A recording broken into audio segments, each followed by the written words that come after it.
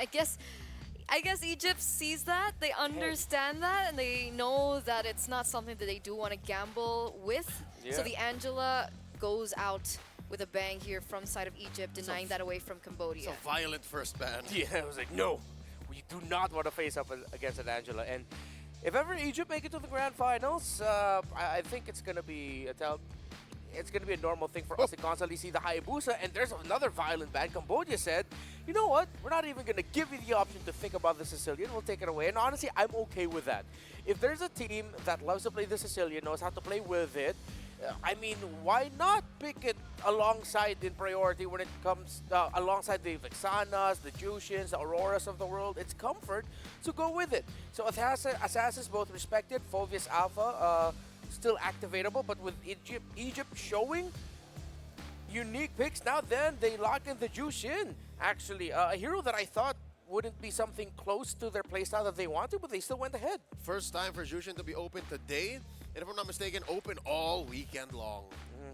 And I think this is the first time that Nucci's picked it up, is it? Yep, at least on broadcast. I don't think we've seen it from the qualifiers. I don't think we saw it in the group stages either. Yep. I think the heroes that we saw were Cecilian, Cyclops, Barca, and Valentina. Eve. Yeah. Yeah, the Valentina did come out.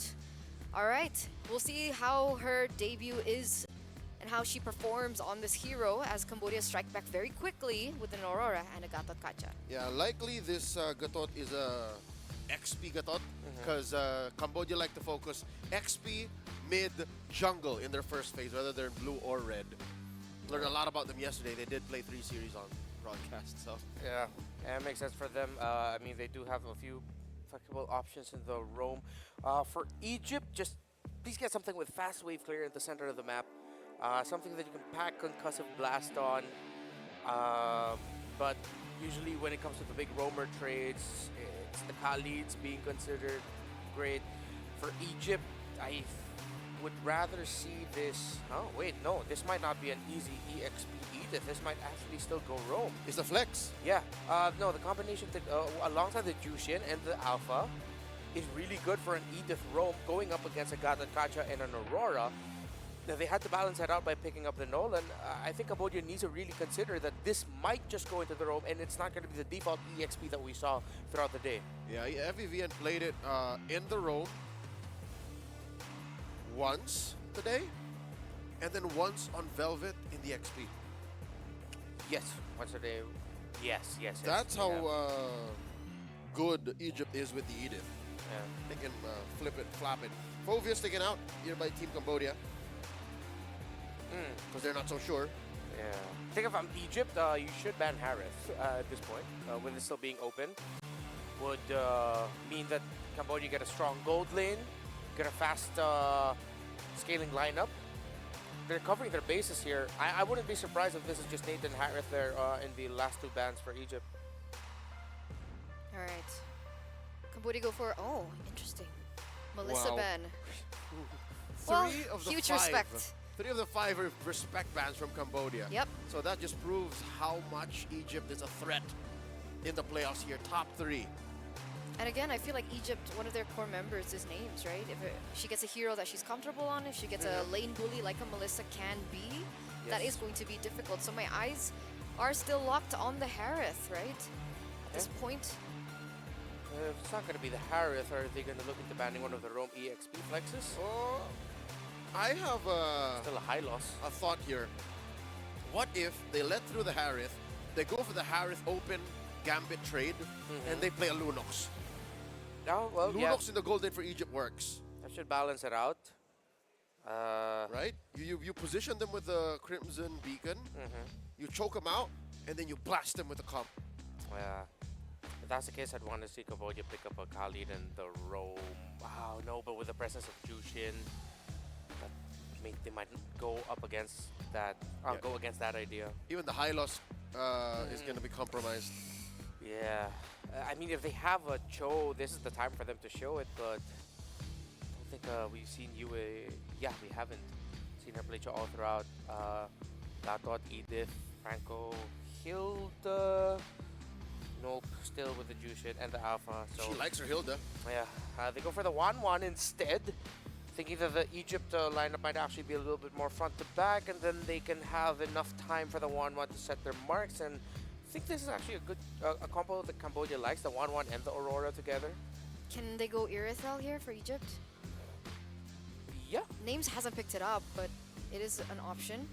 it should be okay, but the thing is, it's like, I feel like it takes a lot of time for their lineup to farm if that's the case. I mean, they have the alpha, but I feel like it just might take a while until they're fully activated. There's a Velvet Special, the CC, and the Clint in this very spot too. Okay. And they alleviated my worry. If this was an Irithel, it would have taken time. Now this is a Clint, you have all the time. What's Yui to play? Many a draft they've left this last slot for her, or at least flexed into the slot for her. Do they throw the Hildar? Oh no, it's the Franco! There's no Beatrix combo, but what's the play here? Why would they want the Franco with this draft? You can do 1-1 Franco. That's a combination, right? Like to confirm takeoff. Yeah, confirm seen that? takeoff. Yeah.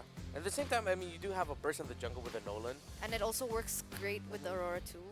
Ah, okay. It feels like whoever Yui bites, just bring down the Frigate Glacier as to wherever you think the opponents would be coming from, right? So just so that you can make sure that the Franco, or you get a trade out of that, because the Franco is going to be left vulnerable. At least you can use the Frigate Glacier as like an aggressive defensive tool. Yeah, yeah. You take fights and you pick off on your go, on your volition. I like it actually. I just hope that it pays off. I'm 50-50 on it.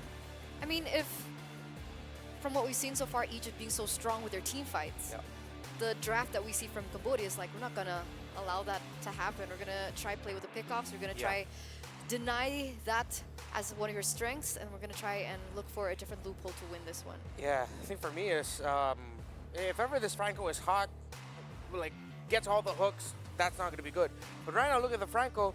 Who do I hook? Is it really just the Jushin? The Edith is there, the Alpha is there. Your hook targets in the middle of the map are very few. It's just literally one. I don't mind biting the CC. She could do that. Yeah, when we get to that portion of the game, the first 4 minutes might be tricky though. I'm curious to the execution now about this. I love the Francos, I love the 1-1s, I love these combinations. Let's see if it's gonna work out for Cambodia as we enter our first game in the lower brackets between both of these teams. Nice move, Mirko. You like the Franco? I personally do. I like the Franco. You know, again, comboed it with the Aurora and the 1-1. There's so many ways for them to tackle the Franco. Even if you get the hook on the frontliners. Easy crossbow attack fly, right? And then you can just combo it together with the burst. Yep. Translate over. Crossbow tank, kill 1, kill 2, kill 3. Let's get into the land of Dondo because Egypt, all they need to do to shut that down is for this Clint to win the lane and for the Alpha to get the first turtle. That should actually nullify a lot of what Cambodia wants to do in the mid-game. So here it is. This is the lower bracket finals, ladies and gentlemen. This is an elimination match. It's kind of funny because in their own ways, both these teams have had a momentum in their favor, like from game to game or match to match. You know, Cambodia yesterday after their reverse sweep and then winning a match and match again on stage, by the way, you know, so there's some of that pressure too. And then Egypt, you know, giving that first game loss to a team like Indonesia earlier today on stream, that first match. So honestly, either way, like both these teams have shown us exceptional skills, and may the best team win, may the best kind of composition work here in game one. Nucci already feeling the pressure on this Jushin, but luckily has Fiven there to back her up. Yeah, this Aurora pick is also really, really good. I personally always really like to see Aurora whenever I see heavy neutral objective control on the enemy side without pure dive, right? Yeah. Because with the Alpha, you're so vulnerable to Aurora freezes. Yui Fendi in this lane, this is something I do want to touch on. When I saw the Clint into the 1-1, Yep. How do you feel about everybody's it? talking about the Irithel as like the #1 counter to the 1-1. But before the Irithel became all that, it was the Clint. It's the easiest answer to the 1-1. So either you are more mobile than 1-1, which is the Irithel, or you outrange the 1-1. That's the Clint here in this matchup. So don't expect Yui Fendi to be doing a lot here except for farming. Onward, Earth Shatter too. Yui gonna get dropped. She does. Pop the flicker. Tagami also. Damage check, there it is, Fiven. Fiven's gonna be fine. They might re-engage. Nami has the passive, and Yui gonna be in trouble. First blood in the hands of Velvet. Great layering once again from Egypt. Really good from Egypt there. Even though a little bit, miscoordinated, some of those shots from Fiven or Shatter really definitely wanted the Lantern Flare to actually be thrown back towards her. Well, she still wants to contest, though, it seems. No, she's just getting vision. Free Turtle over towards Egypt here early on. So everything going to plan, right? The Clint winning lane in this gold lane, and also for first Turtle. As long as they keep this, Tagami should really be able to pressure Nucci with the Crimson Beacon still there. Now all the concerns that the panel kind of raised will come into effect. Who are you going to hook? If you do hook, how are you going to capitalize? Because the Wanwan's severely underleveled now, not even level 4 yet. He's already getting bullied hard by the Clint. I think Names is probably going to take the lane super slow here, or they're possibly just going to go and double down on this weak side, or on the strong side of the map, play with the good matchup, and shut down UE Fendi. Go for that hook. Maybe part of it too is just, as you're noticing, it's still the focusing mark. Franco that we're talking about. They're going to land here, but Spear of Alpha too. Pivot's going to be fine. She pops the Primal Wrath, unleashes the damage. There's the passive already from Nabi. Yui will go down. Nabi's going to be next. A double kill, but the jump in from Moshi will help secure a kill for Tagami. Is she able to withstand the damage? It's a triple already for Sunlight. Is it going to be a Maniac already? 3.5 minutes in, Sunlight will get a massive killing spree and Maniac here at the beginning of the game. A Maniac at the 3rd minute. And the full turret goal, a whole turret almost taken down. Doesn't seem like they're going to get it. Oh, one hit away. Sunlight, she is going to defensively use that. So that's just, eventually that turret will get taken out. 1 HP left, but man, you were just talking about how the Alpha has a hard time also playing into the Aurora, and that's the case. But then when you get a Maniac, I don't know, I think that just completely takes that away. Now all the concerns are true. Yeah. Now all the concerns of like, all right, who are you going to hook? How are you going to use the Aurora? How are you going to use the Franco comes true, because that's a 4-0 Alpha. You hook him, he gets a good Spear of Alpha towards like 4 members, and you're just going to be a goner.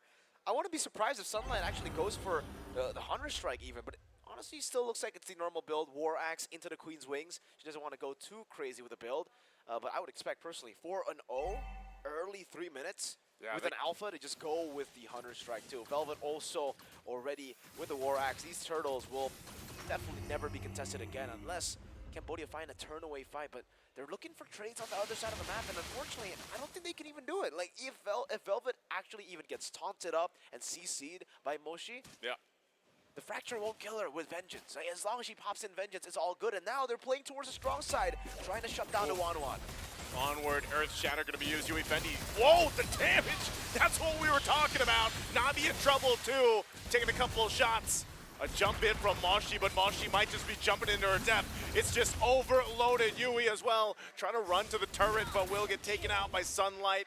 And it's just one after another. Line them up. Egypt takes more.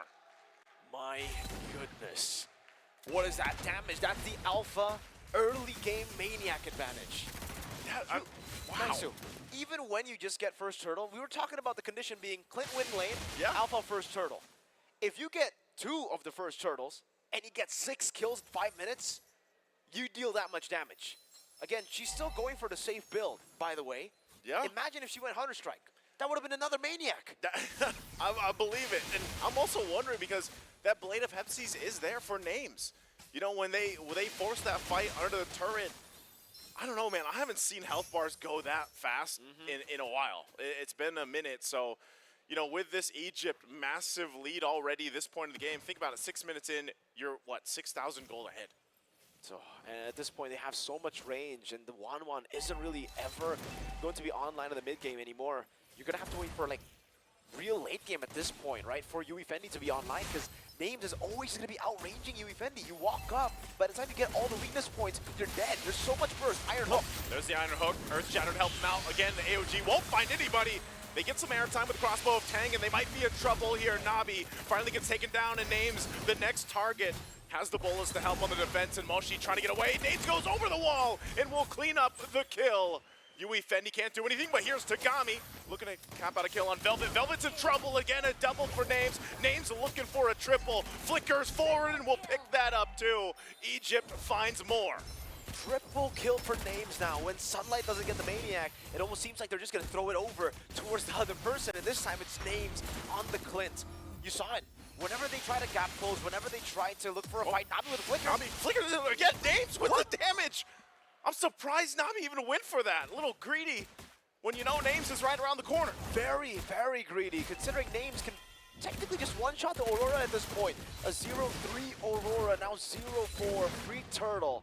Again, 3 turtles taken, 14-4, absolute domination from Egypt right now. And it's all on the back of the alpha in the early game, and as we get into the mid game, this guy, the Clint pick, has been crazy. Oh. The Iron Hook, Again, the jump in, AOG, Moshi's gonna jump in, names firing off the backside, and just gets rid of Moshi.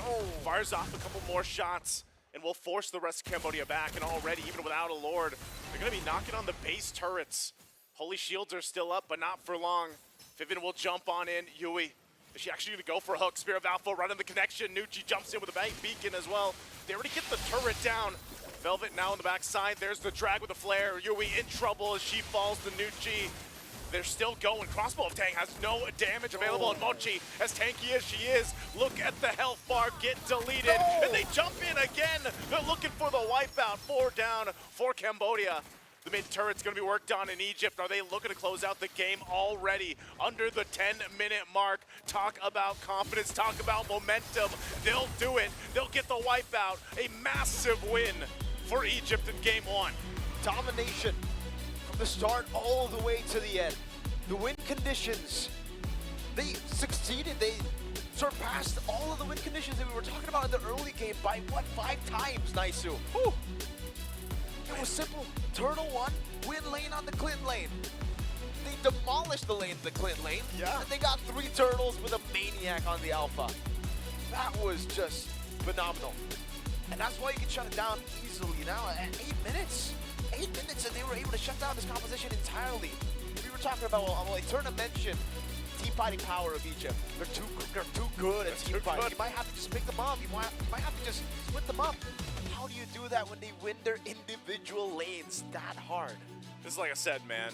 You look at this squad right here, and Egypt, what they've accomplished over the past year, it's glaring how much improvement that they've had. These ladies should be proud because they are just out here dominating right now in game 1. And again, they are the first team throughout this whole experience to give that first game loss to a team like Indonesia. And we know how much that takes, so they're definitely riding from momentum from even that last series. And it looks like they want to go and have a rematch for the grand final eventually. They got to get through this series, though, first. We're going to throw it back to the panel here. Renmar, Leoman, and Eterna, break it down. Thanks, boys. Thank you, Miracle. Thank you, Naisu. As we get into our first game, wow. It's going to be led by Egypt here. Now, was this expected or what do you guys think? I think so. Well, once I saw that Franco, and then once I realized, wait, who are you going to hook in the center of the map? Nothing. And then the Clint coming out of nowhere on the names, and then over the 1-1. I didn't expect it to be dominant all across the board, though. I just thought it'd be the center of the map. 50-50 was conservative for me. I was actually wondering what Cambodia was planning to do if ever they got a good hook. But now looking at it, as we break down what the draft means, they have to get the hook, they got to get the bite, and then the 1-1 needs to take off. That's 3.5 different things you want to do. For Egypt, all they need to do is get names in a position, again, win lane, and have the Zushin ruin the lineup, ruin the formation of Team Cambodia. That's how simple it was for Egypt, and that's why this game felt very fast. It's crazy to think that this is the very first time that we've seen Edith packed by the Jushin backed up by Egypt in this tournament, and they play very well with it. I doubted them earlier in their series up against Indonesia if they even had that, because they kept banning it in the first phase. But now, surprise, Egypt just keeps serving surprises with their picks and how they play in the game. It's just, this has to be a major reset by Cambodia. Not to mention, if you guys were watching closely, there were some questionable plays and questionable moments for Cambodia to pick their fights. Don't force it. You know that there's more of Team Egypt over there. Why would you jump in? Why would you join the fight? And it's those little things that add up to an eventual end. Because look, At 8 minutes, they've already broken through. 8.5, it was over. Wait, I didn't realize this was 8 minutes. Yeah, it was very, very fast. It did feel fast. Minutes? It just didn't feel fast. It was really fast. Yeah, 20 kills to 5. Again, a major reset is needed here in Egypt. They look comfortable. You can hear the cheers of the crowd, more voices cheering for Egypt earlier on, and I'm pretty sure that gave them a buff because you saw every time you see a member of the Team Egypt squad in the player cam, they were smiling. Every win, they were smiling, and you saw just how much motivation that gave them with a lineup that already won the center. You just needed to win the duels on the sides, time everything perfectly, no overextensions. Even Names had some stellar moments where it was like, oh, we can go back, or I can go forward and secure this kill for us, continue building advantage. That was impressive. I still feel like there was chemistry in their drafts. It's just the way that they executed it Yeah, was kind of weird. eh, Like, why would you go in for a hook with an alpha being present when there's really good disengage? yes. So obviously nobody can follow up on that. Yeah, that's true. I think to be more fair, and to go with what you're saying here, it's just easier to pull off what Egypt's lineup shows here. Okay. That's what I And said. yeah, that's not the Yeah. first time we presented that idea. Not the first time we presented that idea. It's easier to pull that off. This just has like checklist 1, checklist 2, then yeah. 3.5 different steps for you to receive some sort of payoff. While for Egypt, you could have 2 members up front get instant payoff. An Edith into the Clint, pow, that's a pick-off. The Alpha with the Clint or the Alpha with the Jushin, that's a pick-off. So it's very simple for Egypt. Now, going into game number 2, which I think is going to be the death knell, unless Cambodia think of something simpler or something that completely counters whatever Egypt brings into game 2, then that's it. I think we see our grand finals teams. Do you think that maybe Cambodia might have overthought it a little bit for game number 1? No. Nah, to be fair, I feel like one of the picks that could have gone really well with their lineup, it was banned anyway by Egypt. The last ban of the Tigreal, when we were expecting like a Harith ban even, I feel like that really pinched them into the corner. Because it's hard to play something like a Grok here. It seems like it's confirmed we don't have the Cho in the lineup. They don't play Hylos Rome still, right? Yeah. They still don't have Hylos Rome as I an option wouldn't for like them. it either way because when the fight happens, the Hylos has to stand in front and, you know, be at the mercy of the Jushin. Exactly. So what I would have done is put the Gatot onto Yui and then gave Moshi here something like Benedetta or something. I feel like that would have been tougher if they even put the Gata. They're great disengage though, but still would be at the mercy of the Jushin. I think I have to go back to what I said before the start of the draft. I think they have to stop prioritizing the Aurora at this point. It opens up holes in their drafts. Imagine if you don't pick your mid laner rush just yet. You save it for the 3rd or for the 4th pick. You could swerve. Suddenly the Edith will have its ultimate stolen by a Valentina. It'll be harder to fight under the box of an Eve, if ever. I think they need to let go of the Aurora now. Just let it go. Besides letting go of the Aurora, number 1, ban out the Jushin. Do everything in your power to ban the Jushin because of how specific your Rome hero pool is. There's only so much Yui can do. And if you pick up the Jushin, all the more she gets choked out of options in the game, whether it be a hero or things to do. So get out the Jushin, maybe let go of the Aurora, and then that could be a way to reset. So if they were to ban out the Jushin, let's say they are back on red, what would they replace the Jushin with? So yo, Yeah. Leave the Suyo open. yeah. You can just trade it out in terms of the picks. I'm okay with that. Honestly, it's even at that point where I would respect the Sicilian. Like Jushin, Sicilian, first phase ban alongside the Matilda. If ever Cambodia will be going red again, I feel like they are sound based on all the performances we've seen leading up to today. What do you guys think about UA though? Because earlier on we saw that Egypt was able to pick up the Edith. That's one of her power heroes, and then they were able to ban the Tigreal. Do you think a hero for UA should be prioritized in the first phase? Yeah, Yeah, if they could, definitely. which now opens up more questions for Cambodia. If you do all of the above, the bans, the priority, the pick on Yui, isn't that spelled out for Egypt? Doesn't that make it worse? Doesn't that allow Egypt all the more to just move around and say, we know we're going to do these 3, we know they're going to do these 3 things. how do we take advantage? Because they still have their own cheese picks.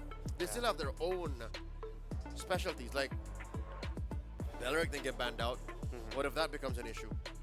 Yeah, I feel like we may actually have gotten to the point where, because of the long range of packed lunches that Egypt has in terms of their picks, they just have such a deep pool right now that Cambodia may be at their limit.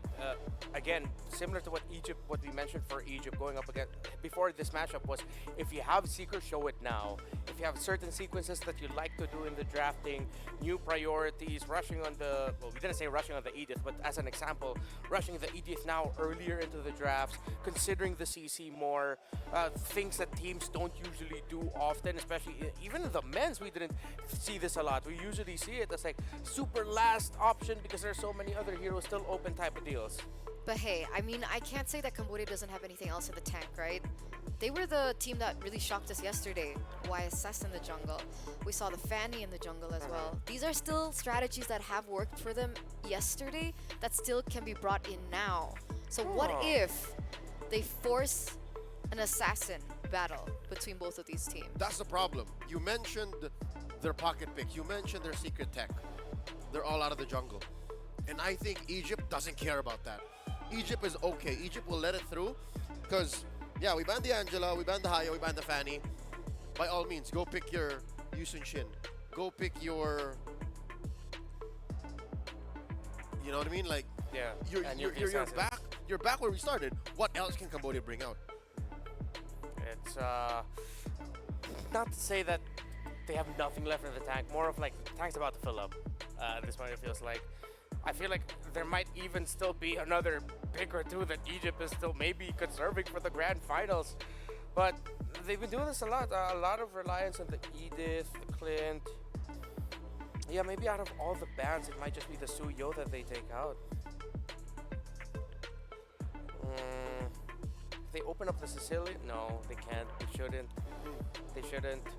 Without backline heavy, the center of the map is for Cambodia, especially with their mage options usually. Yeah, might not be the best decision.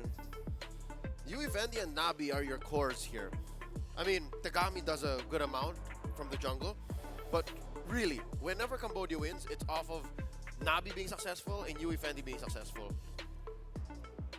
I'd reckon maybe early Edith. Maybe early Edith, and then we go from there. Okay, we'll see. I agree. We're going to the drafting phase now, ladies and gentlemen, for game number 2, match point in for Egypt. One more game away of picking up yet another ticket to the grand finals. Angela once again being banned out. Hayabusa, this might be just the exact same story, right? They understand the chokehold that they can do onto Tagami and they know the impact of it. Yep. We saw what happened in game number 1. I think this is where our questions kind of get answered, right, for Cambodia. Do they still stick with the Suyo ban out? Do they go for the Sicilian first instead? What's the plan here? Well, again, based off of the discussion we had earlier, just really take out this, leave the Suyo open. Just from there, I like your suggestion, which is rush the earlier Edith. Yeah. They take out the Jushin instead. Okay, so that might default back into Sicilian for Egypt later on. Now for Cambodia, again, I can't believe it's so crazy to say ban out the hero for Nabi that is 5 out of 7 in this entire tournament. That's how successful her Aurora is, but I will double down on the thought that it's time for something else. It's time for different draft order priorities. Change it up. That's how you surprise Egypt, because it looks like that game number 1 was them so ready for any lineup that had an Aurora in It's it. too spelled out.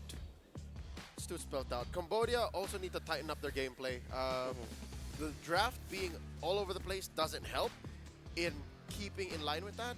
So I'd say, what is this? Ban the Sicilian here. Try to prioritize the Edith, and then go from there. I don't want to see Edith Aurora though. Can I highlight something real quick? Ooh. You may. All right, of course, go Suyo ahead. still. I just want to highlight the atmosphere of the players in general, man. Like the contrast, like from Egypt, we're seeing all smiles. Everyone seems very calm, collected, relaxed. Yeah. Meanwhile, for Cambodia, it feels kind of tense. Yeah, that's true. Again, Egypt making it this far is already a massive, massive boost to their morale again. Coming from a region that is so often overlooked, it's a women's team too at that, and they can say that if they make it to the grand finals, we are the top two. We are one of the two best teams in the world for women's MLBB. I feel like at this point they're just running on excitement now too. They're still rushing the Aurora. It's the Alpha. The only difference thing now here now in the draft is that instead of it might just be Edith Sicilian already locked in for Egypt. Yep. Why did they ban the Suyo if they wanted to do this? This is them playing into it. With Fanny gone, what else are you gonna play for Tigana? Are they gonna try and default back to the YSS? But that is Or the Nolan again, like or- game one. yeah, or the Nolan again too. Do they go Ling this time? Let me see. So they're gonna be up against Sicilian Edith. It's gonna be a tough Ling game. But it is always an option. Edith Sicilian, Yeah. Edith. Might even just go Valentina in the mid, if ever. Nope. Nah. Edith Harith. Names. Whoa. Uh-oh. Names is getting at worst a 50-50 in the lane now. Yeah. Should they secure a gold lane here before it gets banned out? If they do, they lose the Nolan. Yeah. Because I can way. And the jungle picks are not going to be good. It's like they're forced to pick the Nolan right here, right now. Oh, but if they let it go, they can then revert to the usage. Yeah, but YSS against that kind of lineup already, I'll be worried for Cambodia if they can even get to the point where they can be competitive. I don't think it's going to be a similar scenario where we saw their YSS shine because they just turtled it out and played better. The first 3 picks of Egypt tells me that's a team that wants to end this really quickly. Yeah. This is Nolan or Bruno. There we go. That's a good adjustment. I like that now that we did mention Tigreal. It was banned out by Egypt in the last one, and I feel like that hurt UE. At least now they have their Rome EXP shown. They can adjust their course. So you see the solid 3 that they're gonna be. That's gonna be the foundation of their lineup. The utility. The utility, and then I would like to suggest for them to save their gold laner pick for the last. Really get the best possible one based on the picks that you show from Egypt, and then already pick your jungler for it. Yeah, I like because this approach. Yeah, we don't know if there's a CC hiding in the wings for Team Egypt. Because for Cambodia, the 2 players that can help with the flexibility in the drafts are the 2 players that we don't see the picks on just yet. Because the people with the highest hero pool is Tagami as Andy. Yeah, there's so many options there that should be okay. I mean, they've had their success with Bruno in this tournament. They've shown that they are capable of playing Beatrix, although that took a loss. Irithel, Lunox, Nathan, so many options for Cambodia in the gold. Good read, banning out the CC. Yeah.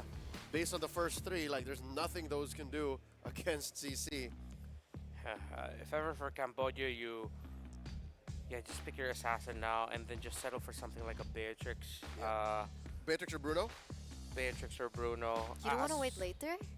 No, jungler now. Yeah. Beatrix and or Bruno last. Oh, yeah. Protected. Protect the pick, just adjust it later on.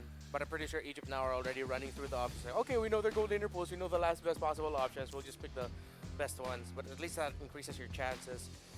If they pick their gold laner now, then it's Cambodia playing around Tigami for sure. And that's when we might actually see something unique like the YSS or... Is anyone going to bring out Granger anytime soon? We saw some bans on it. Yeah, we saw Granger bans, but like, no one really picked it. Ooh. Okay. Yeah, they're gonna be playing around Tigami. I think this Moskov won't be the only option. They might actually go marksman for the last. But what? Yusun Shin, maybe the Granger we've been looking Yeah. for. I'm gonna say it now. This is baneable. Ooh. I'm not against it. The first 3 on Egypt and then Yeah. the setup on Cambodia, it's baneable. If that's Valentina though from Egypt, Never mind. pick up a Valen or an Eve. I feel. Oh wait, no, the Sagata take that can break your formations. Usually take would want to play around the flicker. Oh, still okay. Not gonna knock it. Eve pick for Egypt. Yeah, I feel like Larger even range. even more so you get Bane. It's gonna be a sad Bane game. Hyros. This is such a good lineup by Egypt though. In your face. They're delivering the box with love from Cairo. Yeah. Yeah, this has to be absolutely game change. At this point, my brain just defaults to either YSS or Granger. No, if it's gonna be an assassin, it has to be the Ling. But then the Ling might be down most of the time. Yeah, Nolan also just stops in his tracks here. Yeah. Well, let's see what they end up showing. You've already mentioned all of the heroes that you've played. Oh, I wasn't. oh, that's something we've been mentioning but haven't seen yet. But For almost a week, we've been saying Tegami is a Lancelot, Tegami is a Lancelot. On the last day, she brings it out. But this is a Lancelot that I would say has the most room for error. It's an assassin with a, and I say that because look at how much yeah. now Egypt have, right? They have the Edith, they have the Hylos, they also have the Alpha as well. Yeah. Hylos, the Lancelot play has to be so near perfect. Even the for Eve it to doesn't work. care. Yeah. He's just there. It's like, oh, yeah, no, that Lancelot's gonna struggle for sure. Even Nike's like, no, I don't care, I'm gonna keep swiping. Yeah. If Cambodia forces a game number 3, that means this Lancelot went God mode. You could add the TZ at the end of Tegami's name at that point. Tegami TZ. Tegami TC. Or a re. Tegari. Of course, I'm alluding to Kyrie, but never mind. That, or It's okay. It sounds good. the Tigreal is totally the game changer. Like, if Oh, yeah. Yui gets her hands on a Tigreal, it's enough to shift the tide of the game. But that aside, I think Egypt, with this draft, if all goes well, is going to the grand finals. Rematch. So how do you guys feel about it, ladies and gentlemen? And again, Egypt with a better and easier draft to execute. And meanwhile, it looks like Cambodia are going go big or go home with it. High risk sometimes brings high reward. Naisu, Mirko, what do you guys think? I agree with Leoman Jaro there. What he said. He said Egypt's draft will probably take them to the grand finals. Oh. I agree, man. Like, I mean, I look thought at it was the the drafts. Takamatizi. But Tagairi. Tagairi. Tagairi. Yesterday, Naisu, we were all like, Yisun Shin, what the heck, man? Yisun Yep. Shin. She popped off in game 2. She showed us just how good she was on the Yisun Shin. Now, we're hearing the doubts again, right? Obviously, Lancelot, it is a very high-risk pick. I agree with Eterna. But it's Tagami TZ Tagairi. There's a chance here that she might go I God mode know. like the casters, or sorry, the analyst said. So let's just dive into the Land of Dawn. We've seen this before from Cambodia. When they're put in a tough spot, they will go for a comfort pick. They will go for a pick that is just natural, and they'll sometimes come back on top, maybe equalizing here. Egypt going straight for the simple Alpha, Edith, team fight composition. It's almost like those heroes, those combinations are like, you know, if it ain't broke, don't fix it. We've seen this so often, especially with the Edith, you know, the Harith, the Alphas, and the Hylos especially. This time though for Cambodia, this might be what they needed after the previous game. Again, that was such a quick game, you know, a very dominant one for Egypt, and Cambodia definitely wanted to adjust from that. And I'm wondering, because it has been a while, like if you think about all the competitive games we've seen, you just don't see the Lancelot pop up too much. Sunlight obviously wants to go ahead and play into the fact that, you know, she has the ability to build up an advantage if she wants to. She's level 4 already. She jumps in with the Spear of Alpha, but that's the elusive Lancelot we're used to seeing. I don't think they can actually do anything other than that, but it is a minor advantage now in terms of level even. So far, it's the Alpha winning out in the early game, and honestly, this is to be expected, right? Especially for Sunlight's Alpha, who's just been so dominant in the early game. Your clear as an Alpha definitely trumps the Lancelot clear in the early game. But once you get some of those items rolling, yes, Lancelot will be able to get that mobility in, and also just really good clearing. Yue. Oh, they're going to jump in again. Thorn Rose, everything else being thrown at Vivid. Vivid will flicker defensively, though. Tagami on the chase. A couple more hits. Earth Shatter won't connect, so first blood in the hands of Tagami. Great response and good pickup early on for Cambodia. Great puncture usage, man. Amazing chase from Tagami. Just shows you just how comfortable she is on a pick like Lancelot. We don't see it a lot, but now on the hands of her, she's already gotten that first blood. Cambodia still got to wait for level 4, though, before they can actually contest. But the fact that they've actually already delayed the first turtle take from the Alpha is great. I don't know if I would personally say Cambodia should take this fight, but it seems like they want to. Yeah, even down that gold lane, you can see they just constantly go 1 versus 1. Names getting a little bit of advantage. Velvet holding up that front side alongside Fiven. It looks like Cambodia wants to go ahead and contest this. They are going to get in position. Navi holding on. Glorious pathway. There's the jump. AOG, UA as well. All into the RWM. Tagami will get the turtle. Still looking as Velvet falls. Fiven's gone as well. And now Tagami. Navi will flicker out defensively. Sunlight. She's trying to wander away. There's multiple members here. She should be able to get out alongside Nucci. But man, Cambodia, they get everything. Everything. All set up by Yui on the Tigreal. Really good stuff there. The implosion flicker after the shove too. So you would think that the combo was already done, but then she used the last last bit of implosion CC to get on towards Sunlight so that Tagami could get a free retribution with her Phantom Execution. 3-0 with a turtle. Cambodia now, they should just play it slow. They've gotten all the win conditions that they technically need in the early game. They have shut down the Alpha from getting the neutral objective. So effectively, you've shut down the full snowball. Vivid. Onward going to be used. Tagami's right around the corner. Viven taking quite a bit of damage. Phantom Execution again, right for Names. Names drops the Zaman Force, but you can't escape that. Again, still looking for more. Yui does fall. There's the freeze on Sunlight into the jump to the AOG. Cambodia this time in game 2. They want to fight to take it to game 3. Don't doubt Tagami on the Assassins or all of the picks that we always doubt her on. You know, these non-meta picks, Yi Sun Shin, Lancelot, because for some reason, maybe because it's not meta, a lot of teams would not expect the damage coming through, would not expect the amount of mobility she has as well. Does seem like for Egypt, they are kind of struggling against it. Velvet. They're going to go for Nabi, flicker forward into the Onward, into the Earth Shatter and everything else. Nabi will go down, and Names jumping in with his Almond Force on Moshi. As Moshi falls, and Yue will be able to escape. So Egypt making a play themselves. You know, those are 2 kills they definitely needed without things getting too out of hand. But Tagami this whole time just farming up, doing her thing, 10 seconds away from the turtle. Now, for Egypt, they have gotten a little bit more of recovery here in the early game. So at least they get Names, a lot of gold there. Starleaf side already built up. Tagami, though, actually the same level. Goes up top, trying to go for the turret instead. It's a bit slow on Egypt's side to respond with the trade, though. So Tagami basically is going to get a free turret, and then she'll be able to actually contest for the neutral objective, too. I don't think they can actually burst this down fast enough. No. Unless Cambodia just gives it up. Yeah, Cambodia doesn't seem like they actually want to walk up. So turtle secured, I guess, trade across the map. You know, tier 1 for a turtle. Like you mentioned, Cambodia could slow it down a little bit. Viven will get frozen, but she's fine. Tanky enough for now on this Edith. And that's the thing, you know, when we really look at this, when we look at the compositions, Egypt's fighting power against Cambodia is actually pretty good as long as they avoid all that chain CC we saw earlier.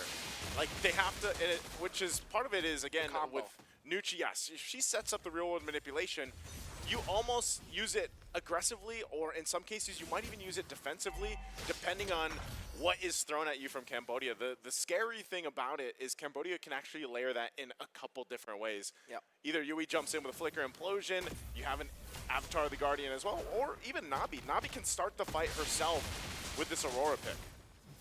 I think so too, man. Especially for Nucci, it's going to be extremely hard to escape. Usually, we see the Gato Kacha be an issue, be a hurdle for the Yi when you pop in real-world manipulation, but now, on top of the Gato Kacha, you have to think about the Lancelot. They can actually one-shot you at this point. It's Tagami 3-0-3. If you take a look at the items, it's a War Axe already, building towards an endless battle, and hey, really good itemization. Fury Hammer to get a bit more penetration in the early game, and now you can see, right, what I said earlier, Spear of Alpha used up. Oh, Tagami's just going to take it away with the Retribution too, but yeah, she definitely has a bit of an advantage now. Once she gets items, clear speed becomes a problem. Implosion. Implosion, gonna be able to find two. Tagami jumping to the backside for Nucci. Nucci, not much area to move around as she's taken out by Tagami. Again, great usage of the Implosion from Yui as she constantly finds a lot of these setups. Sunlight defensively with the Spear of Alpha. Meanwhile, Name's actually doing quite a bit up there top side, pushing in that lane. So Cambodia will still kind of maintain a minor lead ahead, but good macro plays from Egypt. Really good macro plays. At least they're able to get some turrets, some trades off the board. Cambodia just been waiting on these skirmishes, pure microing their way out of it, right? Tagami, phenomenal on the Lancelot. Clifford already very low, and even though Yue, I would say on the high lows, on all the other choices where you're really just, you know, kind of a screener, she hasn't been able to get that flashy. Now on the Tigreal, feels like she's just in her zone. She's in the zone right now. She's locked in. They know what's at stake here. Right now it's a turtle. It's still going to be used. Yui jumps forward. Glorious pathway to cut him off. There's the implosion again. Going to be able to find 3. They force the fight. Vivid's gone. They get frozen with the frigid glacier. Yui still alive. Finally get taken down by Names.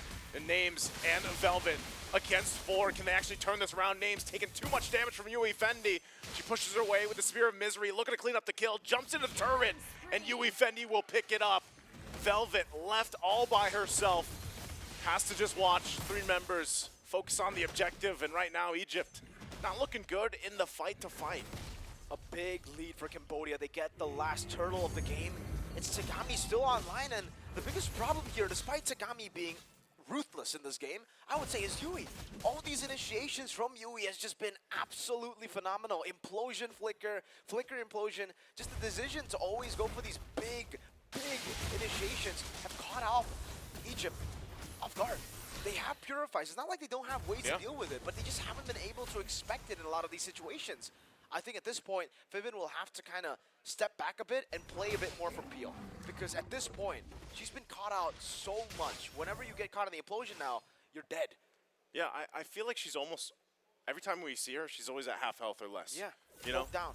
She's always poked down already to the point where, you know, you're almost forced to use a Primal Wrath a little bit earlier than you want to, most likely. And so for Egypt, they definitely want to buy themselves some time. I think even for this first Lord, if the fight goes heavily in favor of Cambodia, which based on the gold difference it should, and the way they've been fighting, then I feel like Egypt might be in a really bad situation for this game for the rest of it. Cambodia now eyes set on Velvet.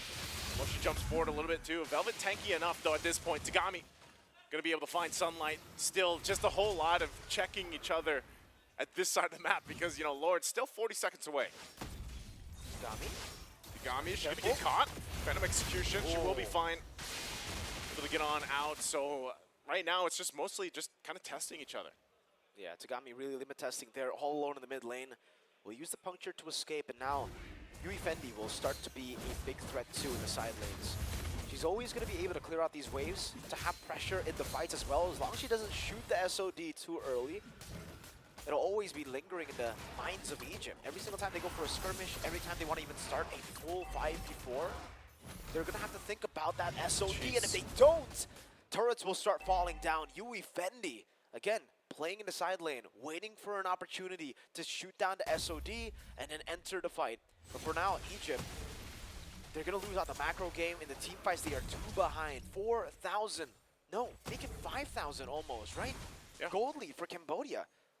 So even if they go 5v5, the composition of Egypt that is like built for just team fighting, Yeah. they're at a disadvantage. Already even power-wise, disadvantage face-to-face. I mean, 2 levels here for Tagami too. That's why, you know, utilizing the puncture, she's just kind of able to deal with this. They're going to be able to catch her. Thorn Rose, Phantom Execution on defense.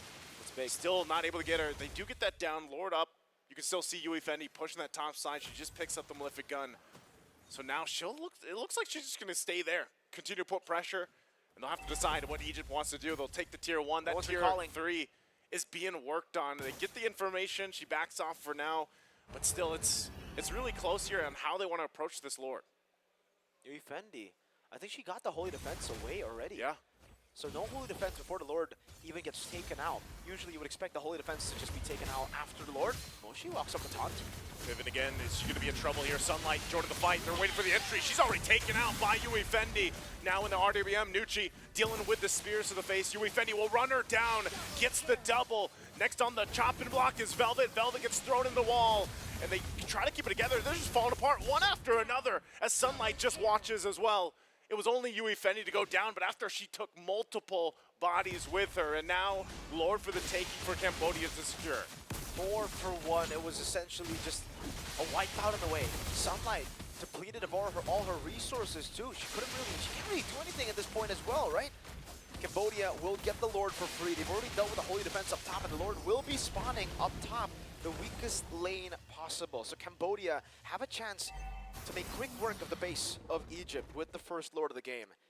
It's a Moskov too, so they should be able to just clear out the side lanes, 3-way push it, or maybe just go for a slow push down below. I'm not too sure what the strategy is going to be here for Cambodia to try to get more than one base turret, but even if they want to just get one, it's all good. They've baited out the Holy Defense. The Lord should be able, together with them, to get the first base turret up top. Man, at this point, I don't know. Like, I think they can even get more than just, you know, a couple base turrets or even one. They might just fully at least jump into the base and force a push into it. They're going to work down the mid lane, tier 2. They're just trying to hold it together. Divine Glaive for names, though, might help turn the tide of the fight. But right now, WE24, a massive problem. Just firing off from the backside. Moshi could jump in at any moment. Has a revitalize. Multiple flickers available too. Sunlight, she'll back off. Lord working on the turret. They're going to try to keep it together. Winter Crown will be picked up. They still just wait patiently, so no press in the situation just yet. They'll clear these out. I'm wondering what CAMBODIA has planned here. Wow.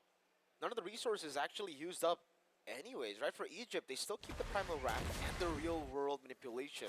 I would have definitely thought with the Lord and after the Holy Defense procced up by WE24 that they would have kind of been able to force out a bit more resources and maybe force the issue a bit more, right? The Lord already took the turn so low, but yeah, they were still just a bit too scared to walk up there, knowing that there are still tools for Egypt to look for a turnaround in the fight. So, playing it safe, nothing wrong about that. It's the orange buff take from Sunlight. CAMBODIA won't be able to take that away from Egypt, but they should be able to invade here on the purple buff. Tagami's going to spawn out Velvet. Again, all this is just to take these resources if they can. You know, still surprised that even that top turret didn't go down, considering the fact they didn't even have to go through a Holy Shield, right? It was already down, the defenses were down there. So CAMBODIA ultimately finds themselves just kind of waiting. It's a waiting game. Maybe part of it too is just saying like, hey, you know what? We'll just fight in the jungle. Like if we can catch Egypt out even before this Lord comes up, then we'll go for that. We don't want to just overextend and get punished in the base on a defense from Egypt and have them possibly flip things in their favor. Right now, though, that's actually good for Egypt. Buys them more time to start things up, and here's what we're talking about. Vivint gonna try to get on out. She does, so that even with the Implosion's down now. 20 seconds away from this objective. Just a few resources here that they're trying to bait from each other. Obviously for Fevin, I think definitely getting the flicker out will be amazing if CAMBODIA can get that done, but it still remains the same, the advantages of CAMBODIA. They still have a good gold lead right now going for themselves, 5,000. It's still the same as the last Lord fight, and they still have the Moskov that they can constantly just use in the bottom lane to pressure the side wave. I don't think Egypt can really look to do like much with I don't even think they have an advantage at this point, right? It's just you need to be decisive. You need to look for a pick-off, but even then, it's hard. This is not a pick-off composition. Say they go for an onward flicker. They're going to get stopped by an implosion, by a Gato Kacha coming in from the skies. Or they're going to get frozen. So many tools to disengage. Tagami is hard to catch. So the pick-off strat that we were talking about that could be an angle isn't even their strong suit in this composition. And again, if they played slow like this, just by controlling the position, going for Yue, this might be it right here. Zaman Force already dropped down. They're going to be going for Yue. So Yue out of the picture. Still pushing on the bottom, though. WE24 looking to take that base turret. Someone's going to have to go and stop her. She finally gets it, throws the spear. Won't find a connect, though, on the fight. Vivint trying to get away. There's the Spear of Alpha. Tagami could be in trouble. She is low. Phantom Execution's out. The Frigid Glacier helps her out, too. Another Zaman Force already going to be dropped down. And Tagami looking for Vivint. Might join the fight. Moshi in trouble. Egypt finds a couple. There's the Earth Shatter. Going to be able to knock up. Passive from Navi's already popped. Now Tagami on the run. She's the Phantom Execution out. But this is a clear pathway for Egypt to pick up a kill. Passive proc from Navi. Navi taken out by Names. And are they going to actually take the Lord now? Tagami left alone. She takes too much damage as Names picks up a kill. What a turnaround fight for Egypt. Nice, dude. That is a big turnaround. The gold lead, 5K. Now it's down to just 500. Take a look at the items. That's the reason they were so confident in going on the pickoff, even for Yue. We were kind of like, why would they go for Yue, the tank of all people? But no, Names is doing a lot of damage. Already has the Divine Glaive. Again, Yui's going to be gone. Yui's going to be gone here. There's nothing she can do. Immortality popped. Buys a little bit of time. Even has that. There's the spear. Though, WE24 joins the fight. She's going to be targeting down Velvet. Names, though, just takes another brunt of damage. There's the jump in with the AOG. It'll stop and save WE24. Already going to pop the Winter Crown, so ultimately they delay the Lord take CAMBODIA. stays in it and stops Egypt from taking the Lord. Well, that was a big gamble for Yui Fendi. That paid off, definitely. The SOD into 3 members. You wouldn't expect anyone to take that SOD, especially against a Hera that can one-shot you. But Yui Fendi had the Rose Gold. She had already preemptive measures now. And it becomes a 4v4. No Nuchi versus no Yue. Oh, this is tough. They might just have to let this one go. Cambodia played it smart. Tagami gets the Lord, in Egypt, even after a great team fight earlier on before all that broke out, will find themselves once again on the defense. And yeah, great job from Yui. You know, just when we were thinking, what is the play here? What's the plan? She buys enough time, allows Cambodia to stall out, and now get the Lord. This is a great pickup for Cambodia to march into the base. It's a good end angle for Cambodia if they can actually utilize it this time around. They're gonna manipulate the wave so it crashes down together. And this time, it's not going to be as easy as looking for pickoffs. They had the better positioning around the neutral objective. At least they were able to occupy some bushes to go for flanks to catch Cambodia off guard. But now, inside their own base, everything becomes a little bit more one-dimensional. When you walk up straight in towards Yue, in towards Moshi. That's a turret already, just with the minions. And the Lord is still marching down in the bottom lane. Lord now in the base. Velma will drop down to Gloria's pathway. They want to hold on to basically the game. They should lose this mid turret too. There's pressure from Cambodia. Sunlight defensive, Spear of Alpha, they're looking to collapse down. Yui could be in trouble. Implosion gets tossed up into the air. Phantom Execution and into an AOG. Has the immortality still alive. Velvet takes quite a few shots at Yui Fendi. Unleashing, but finally gets taken down. The Spear of Alpha right on Navi. They're going to force them back. Egypt fights with their life, stays in the game as we near the 20-minute mark. They lost their base turrets, but they're still in it. Great play from Names in the skirmish earlier. Just very, very patient in the back, waiting for the exact moment where Cambodia used all their resources for her to just clean up with the Zaman Force. Unfortunately, Tagami was just a bit too clean with it, right? The Thorn Rose, perfect timing to escape from the last basic attack that should have taken her down. Let's take a look at the items here. It's the Rose Gold Meteor that we mentioned earlier for Yui Fendi. That's really the reason she's been able to stay alive for a lot of these skirmishes for a long time. But now it's getting to a point that Names is doing a bit too much damage, even with the Rose Gold Meteor. That Divine Glaive is just penetrating through the shield, penetrating through the magic defense that she's gone with that. And she's gone for Sea Halberd too. At this point, mobility becomes a very, very big tool to utilize for the Moskov, right? Yep. So Yui Fendi might have to also take a Names approach to these team fights. Wait in the back, patiently, use the SOD to try to clean up once the resources have been depleted. Because the way that she's been playing a lot of these fights, she's been going in a bit too deep, and the damage certainly catches up to her. Yeah, I think that's one of the things you got to be careful for. Look at this, too. Yep. Oh, Sunlight jumping in. Spear of Alpha going to be used. Okay. That was a conceal play, too, coming out from Cambodia. So both teams, you know, really kind of just testing the waters, seeing what they can get. The fact that Cambodia has all those base turrets down in Egypt's base gives them that advantage. So I'd be surprised almost to the fact that Egypt actually is able to contest this. They might just have to give a Lord up and then defend again, but they are going to get the information they need. Providing that vision here for Egypt is Fiven. They'll keep pressure, though. Yui Fendi could honestly just go ahead and keep towards this side of the map and then join the fight later on if it actually breaks out. Okay. But once again, both teams kind of just waiting for this to start up. For Cambodia this time, they might not even need to send Yui Fendi into the far lane. The last few fights, it's always been Yui Fendi in the far lane, clearing it up. Now there's going to be super mini waves always just pushing towards Egypt. So Egypt will have to be decisive. That's all, right? It comes down to them being decisive. If they hesitate for just a bit, Cambodia will either take the Lord for free or get the game end. Up top, you can see Yui Fendi now already walking towards the orange buff. That will give her time to actually wait for the super minions to slow push up top. Once that happens, that's going to be a problem for Egypt to handle. Now, luckily, though, Cambodia have kind of let go of the Lord, so it gives Egypt more space to go up top. And if they actually stay in the bushes, if they don't walk up, that's a very, very intelligent move.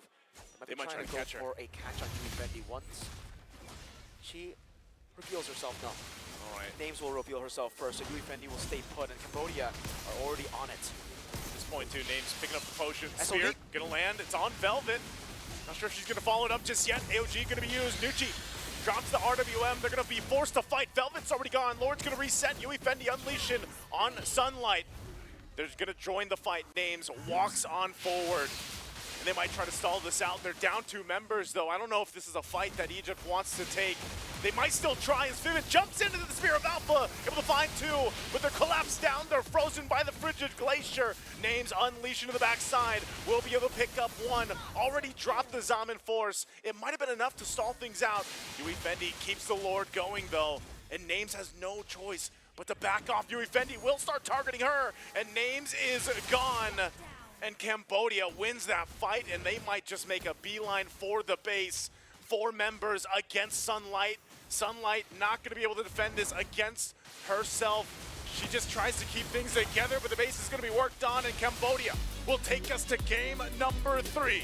Whenever you see Cambodia pick up a jungler that we don't see too often in the meta, you can always scream Tagami is online. The Eastern Shin yesterday and today, it's the Lancelot pick that grants them the equalization. And we're going to see a full 3 games. Something we requested very early on today, Naisu, is for all the games to go all the way. All the way. Go the distance.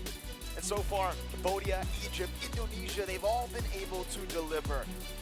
And from Cambodia, somehow, some way, it's always on the back of that crazy picks. It's always the picks that our analysts and our casters always say, oh man, I don't know, it's a high risk, high reward situation.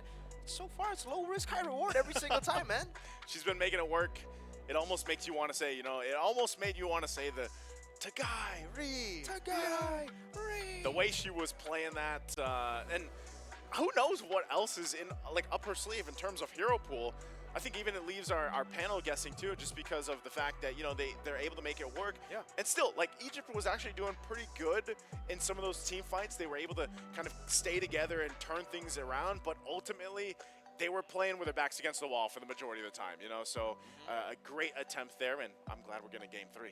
I think the analysts are glad as well, and they're definitely going to be glad to actually dissect what happened in game number 2. What happened in the equalization, guys? We're going all the way to game number 3 once again in our second match of the day, our lower bracket finals, as Cambodia answer the call of battle coming in from Egypt earlier on and forcing this series to go all the way. So, guys, what happened to Egypt in that game? All right, you did mention there was a certain ailment or a tendency that Egypt put on showcase here in game 2. Yeah, it's their tendency to sometimes just really let go of the rest of the map. They focus so much at the center of it, and it's funny, we did tell Egypt, hey, put a little bit more focus in controlling the center, be proactive there. But balance it, make sure that the rest of the map is still good, it's still safe and good to It go. was too much control in the center. Yeah, that kind of leaned a bit too hard on that idea. And in the very last moments, it seemed like they wanted to get the perfect engage. I don't know if they got impatient with these little footsies, with the little dance, because these Lord dances, more than just the micro, more than just the macro control, you have to be patient. And something tells me, especially in that last moment where they were trying to bait out something from Yui and from Moshi, they were waiting too long for Names, and when Names finally was ready for the fight, it was all too late. They lost 2 members on the way out, and I don't know if that was them getting impatient or maybe a little bit of hesitation. They could win. They were ahead like 2,000 gold, and the map was fine. It was definitely uncharacteristic of Egypt. This was the Egypt that we complimented with the series that they had with Indonesia about the macro play that they did. And Yeah. yet they come here in this particular game and they show us this. So it's a good question, right? Are Egypt tired? Ooh, I feel like maybe they weren't tired, but they just didn't expect all the angles that Cambodia could come from. Literally, with the late entry of the Moskov, with Tagami TZ / Tagairi doing everything she can. She didn't get taken out until near closer to the end of the game in the last few sequences. That's only 1 death on that Lancelot. Maybe got another one there near the end. No, she didn't. It was just... It was such a great game by Cambodia in terms of coming off from angles that Egypt didn't expect, because they're focused on their box, they're focused on their formation in the team fight, that will rattle any team that... Sorry if this might be a little bit too aggressive, but kind of felt like they weren't ready to go up against an incredibly skilled Lancelot.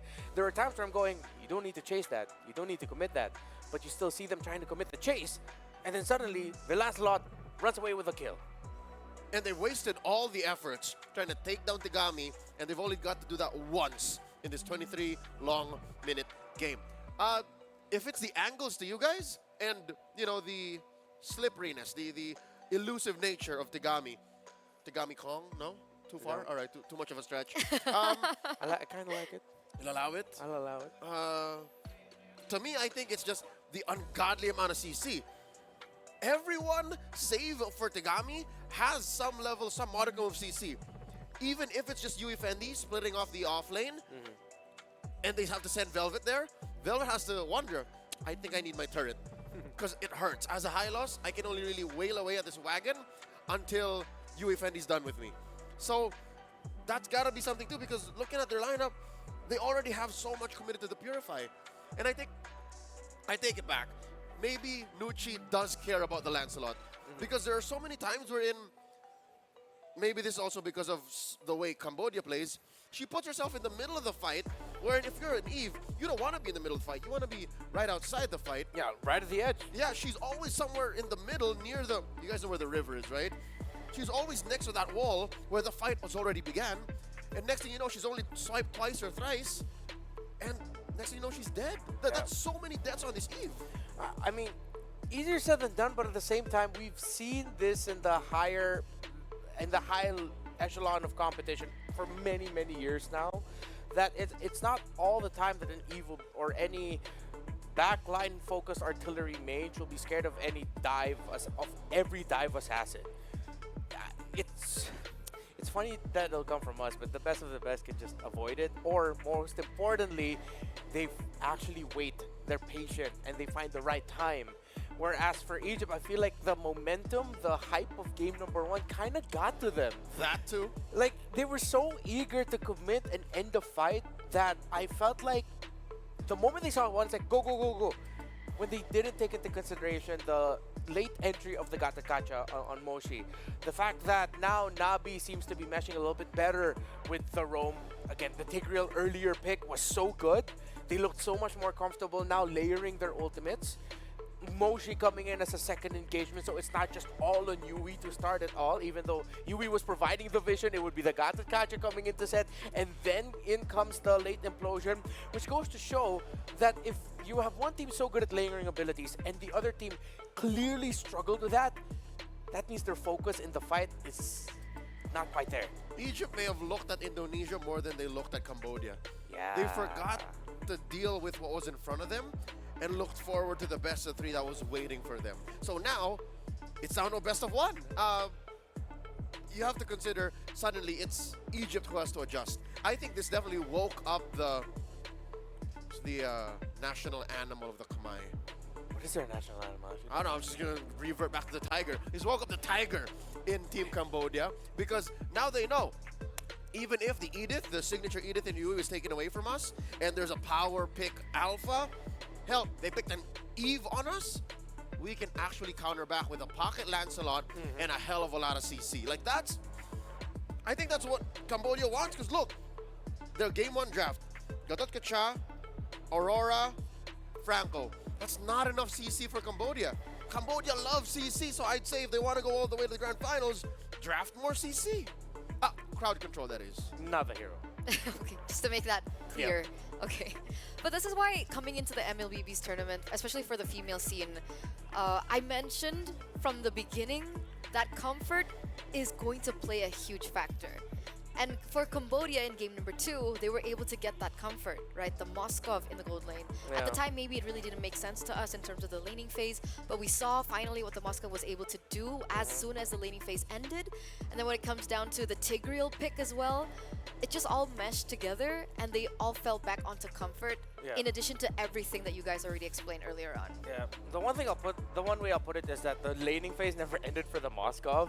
It was just like, please hit Spear of Destruction. There was a time or two that it didn't hit, and that ended up costing them.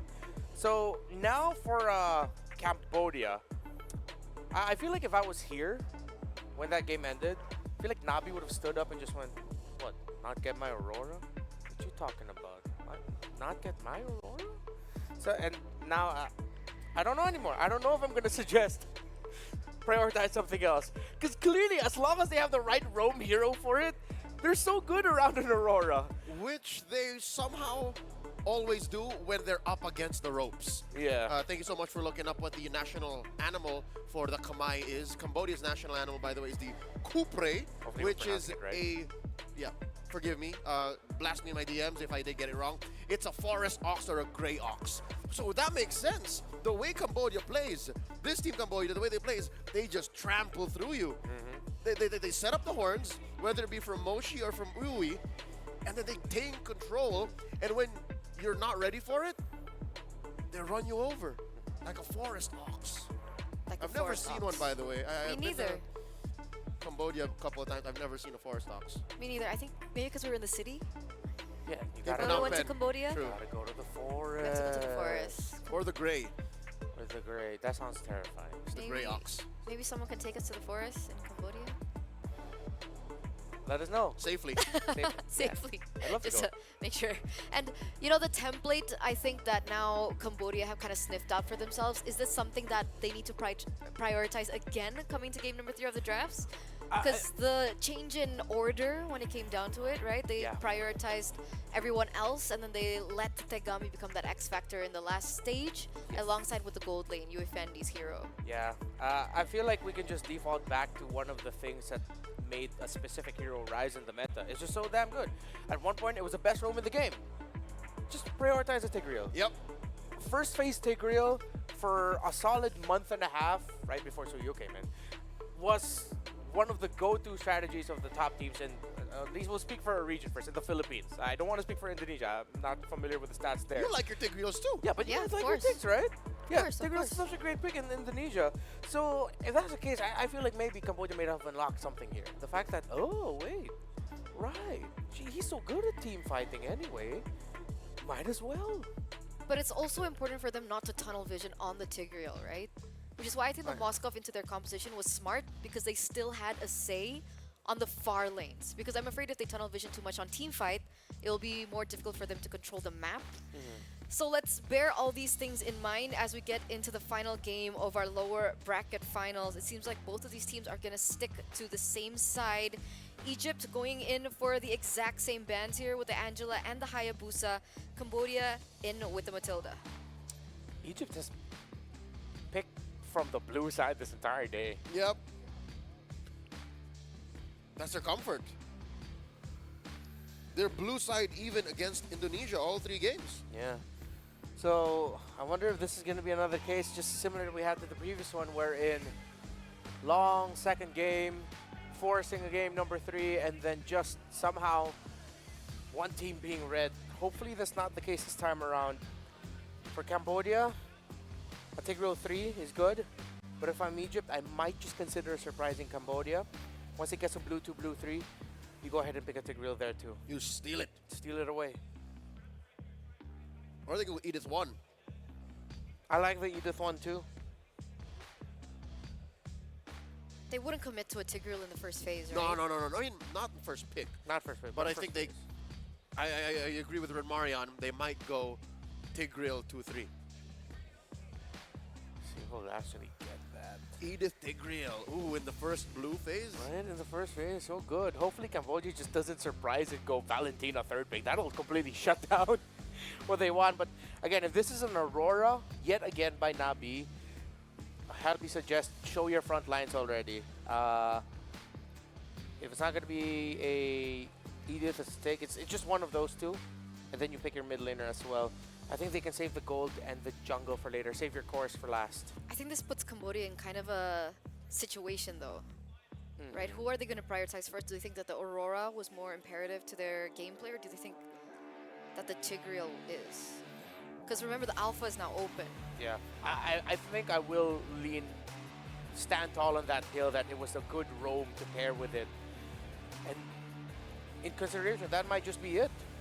If I'm Egypt right now, if you have it in you, you can still lock in the Sicilian, but I would highly suggest a Valentina and a Tigreal. Then you put your Gata Kaja in the EXP for Moshi's late follow-ups yet again. Do you want a Tigreal Sicilian? Yeah, I also suggested the Sicilian would be good too.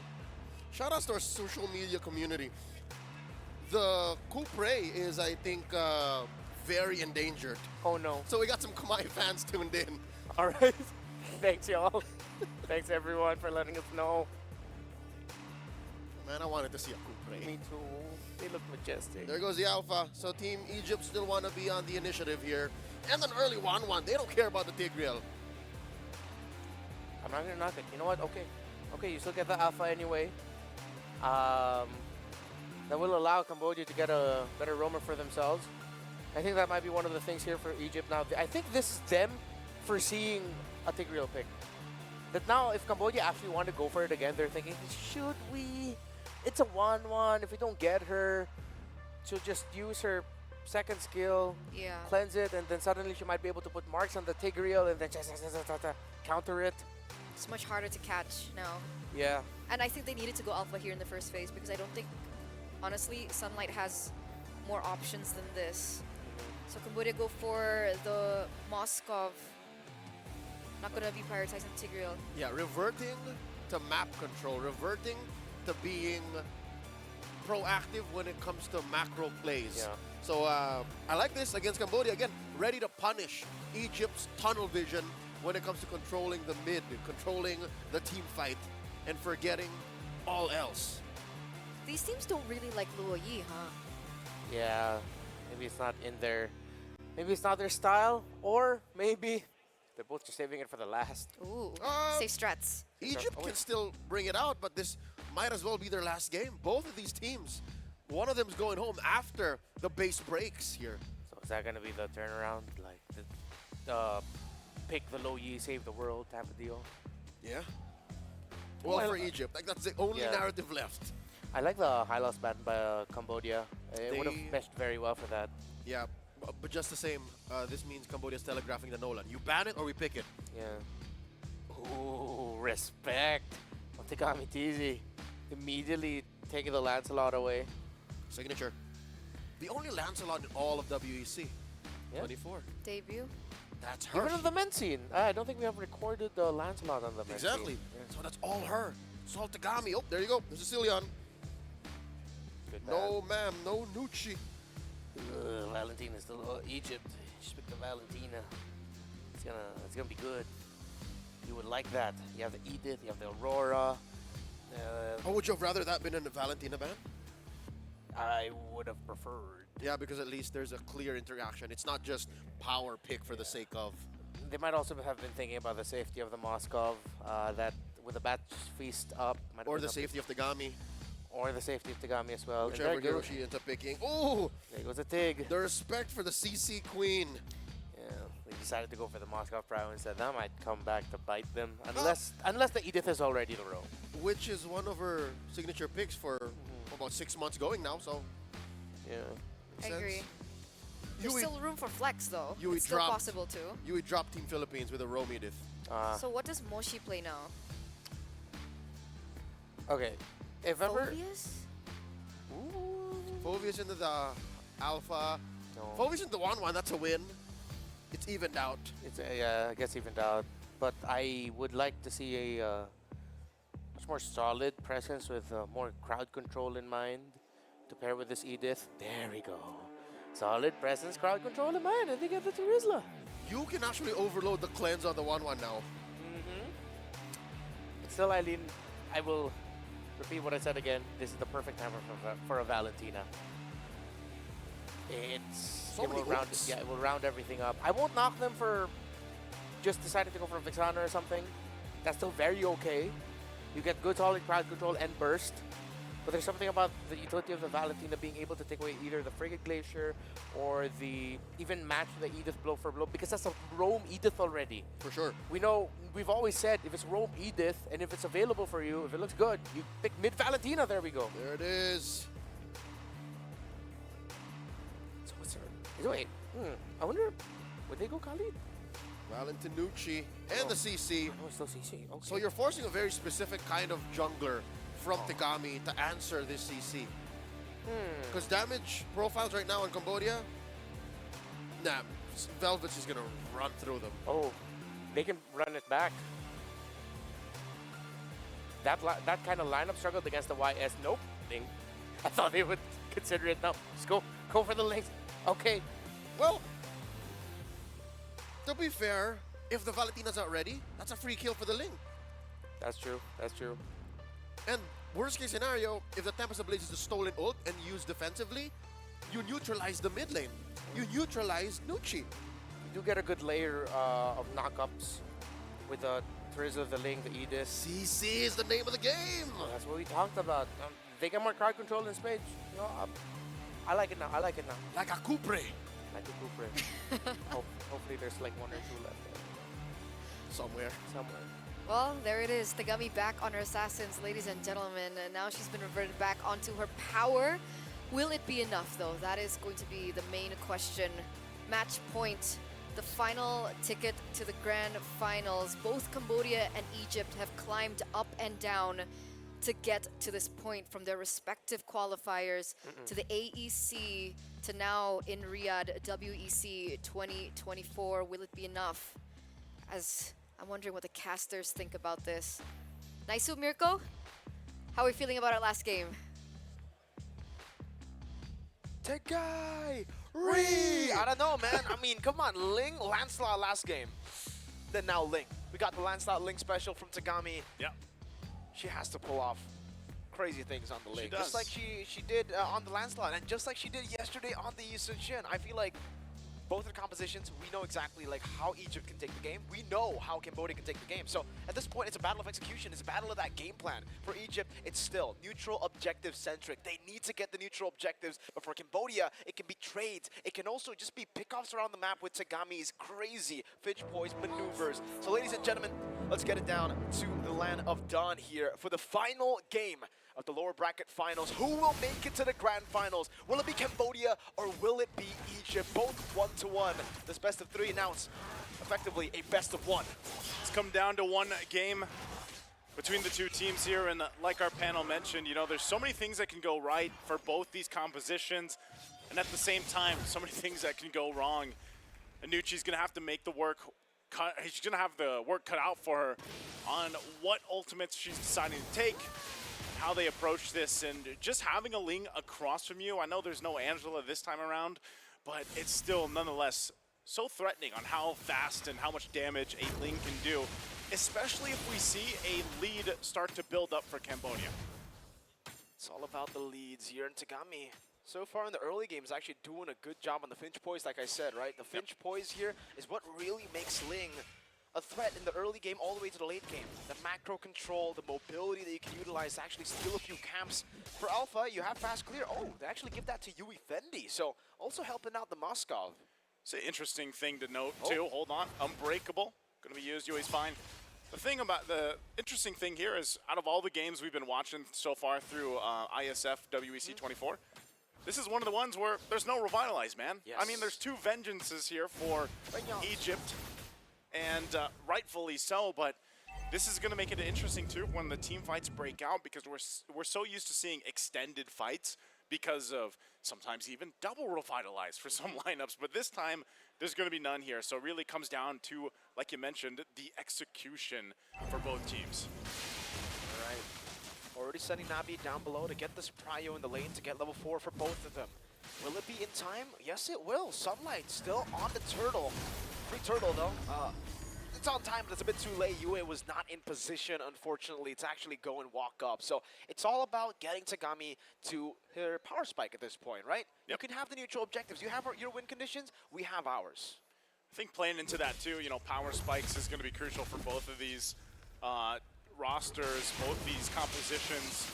And even so, part of the gold lane matchup that we see often is this Moskov, the 1-1, and how they change the course of, you know, when they go from laning phase to these team fights eventually. You know how much damage names can do with a 1-1, and how some of the defensive items like the Winner's Crown come into play later on. Yui Fendi, you know, she had pretty much a phenomenal game the previous in game 2. She's looking to do the same thing. This might be bad for Sunlight. Tempest Blade's already going to be popped. Tries to get away, won't be able to though. They pop the Vengeance, but it's just too much damage. Just moving all over the map here. Tagami unleashing, and that's 3 big kills for Cambodia. We got the Lancelot in game 2, and the Ling is, well, looks to be even better here, Naisu. She jumped on Tagami every wall. Popped into Tempest of Blades, got all the 3 blades instantly, and in the 4th blade, delayed it a bit because Egypt were already using the resources, panicking in that situation. It's just so well played from Cambodia. Micro, and also just the composure of Tagami, playing with your life at stake. On the on tournament, the line at this point. And it's against an alpha. This is not the matchup you would expect for a Link to actually win out in the early game with. You'd expect the Berserker's Fury, the Haas Claws to be picked up, then maybe we would see a swing from Tagami, but now Sunlight goes in. Unbreakable, it's Yui again. Frigid Glacier gonna be able to find two. Tagami joining the fight, jumps on into the bush. We'll be able to clean up Vivin, looking for more. The Primal Wrath from Nucci, trying to help down, but she can't do anything but watch 2 teammates fall in the mid lane. 2 members picked up. It's 5-0 currently in the 4th minute of the game, and Cambodia, they are steamrolling through the early game composition. They are steamrolling through the composition that should have a snowball. Tagami with the purple buff now on the turtle. Nucci gonna try to stall her out. She is low, jumps on in, might be in trouble. There's the jump from Vivin, able to find the right mark. Tagami out of the picture. Now Nabi on the run too. Egypt fighting back. And that might have been enough to secure the objective. So at least Egypt really trying to keep in this game without it getting too out of control. They're looking only at a 1,000 deficit now against Cambodia. Great read from Egypt there. They noticed again, right? The fact that Cambodia, they've been able to get these fights, but they're still within their early power spike. They're still within the window where they can actually utilize to win out the neutral objective battles. They capitalize on the fact that Tagami had already used the Tempest of Blades earlier, and she was already at very low HP. They went in still and committed onto that neutral objective, and it became just a really good decision to take there. Now, 1,000 gold lead down. It was 2,000 earlier with a 5-0 kill lead. If we take a look at the items, the Berserker's Fury is already done for Tagami. She's waiting now on the Haas Claws, and in the bottom lane, doesn't look like, you know, there's a massive advantage for both Yui Fendi and Name so far, just really farming it out, waiting for their own power spikes. But when it's an even matchup in the gold lane, 1-1 will always get to the power spike first, because you technically only need 2 items to be online. You need the DHS and then the corrosion side, that's it. But for the Moskov, she is leading by 400 gold. It's not really that crazy. She has to wait for 3 items, and they're ganking up top. Play up top. They actually went in with AOG. They'll get Yui Fendi. And as you were just talking about it, you know, they make a play, a decisive one for Egypt. Names should still be careful here. There's still a couple members from Cambodia, but that's a good pickup earlier on. And, you know, like you mentioned, it's important because you have that gold lane matchup. You know that if you fall behind a little bit like Egypt did, although they have equalized the gold, they need that time. They need that objective secured for their gold laner. They need to be able to get the items they need and win some of those fights later on. But right now, the fact that Egypt has both turtles, they're waiting for that 3rd one. We are going to take a little bit of a pause here, a little bit of a break. And breather. If they get the 3rd turtle here, man, I mean, Egypt is actually in a good position to turn this game in their favor. Most definitely. I think right now for Egypt, they can still turn it around fully in the in the mid game still, right? I mean, in the early game, even despite the fact that Cambodia got a few kills, on paper, it still should be Egypt that has an advantage. This is an Alpha, Gatot, Valentina, and Cici. Man, they should be able to actually go into these team fights, fight it out, and come out on top despite the 2,000 gold lead. As long as it's not like over 3-4K in the early game, it's still possible for Egypt to actually win out in the team fights. But then, this is the catch. For Cambodia, they can actually just wait up for mid-game. It's also good for Cambodia if there's no lead at all for Egypt. Right now, we're standing at a 50-50 position. Yeah, 50-50 for sure. But this is within the realm of Egypt's power spike. The power spike for Cambodia will land, what, like 9 minutes, 10 minutes? Really depends on when the Moskov and the Ling get farmed up, because it can certainly come a bit quicker. You can already see the Haas Claws almost completed from the Ling there as we see the stage, Glory stage here. You can see the players as well. Seems like they're also really ready. It doesn't seem like the pressure is getting to them at all here, Naisu. Yeah, locked in. Looks like we might be jumping back in here shortly, but, you know, that's the thing. At this point, 3rd turtle almost up. Egypt looks like they're in a position to go ahead and grab it, but at the same time, there can be some contest here. We jump back into the game once again. Last final game for this lower final. The team that win this will move forward to the grand final, get another chance at going against Indonesia. Tagami going to be able to spot out Names. They're going to go for it. 1v1. Pops the crossbow of Tang. Tempest of Blades to stay alive. She's He's able to get away. Navi will jump in with a flicker, looking for names, and names still going to be surviving it until the last second gets burned down. I believe that was the glowing wand. What was that? The glowing wand that picked up the kill. The glowing wand to tick down. It'll be traded with a turtle, but it's a turret and a kill onto Name. Someone that they have to rely on in the mid game to be the one to actually create a snowball going.